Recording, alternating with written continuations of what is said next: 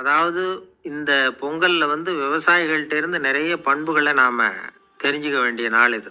விவசாயிகள் வந்து அவங்க விவசாயம் முன்னேறி இருக்கிற அளவுக்கு விவசாயிகளுடைய வாழ்க்கை தரம் முன்னேறலை. அந்த அளவுக்கு அவர்கள் வந்து நாட்டுக்காக உழைச்சிக்கிட்டு இருக்கிறாங்க.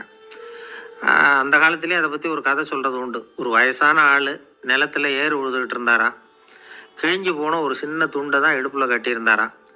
தலையில் ஒரு கந்தலை சுற்றி இருந்தார். உடம்பு பூரா சேரு, ரொம்ப ஏழை. ஏறு ஓட்டிகிட்டு இருக்கிறவர் வேறு எப்படி இருப்பார்? இருந்தாலும் அந்த ஆள் ரொம்ப ஜாலியாக பாட்டு பாடிக்கிட்டே ஏறு உழுதுகிட்டு இருந்தாராம். உடம்புல தான் அவர் ஏழையை தவிர மனசில் ஒரு ஏழையாக தெரியல.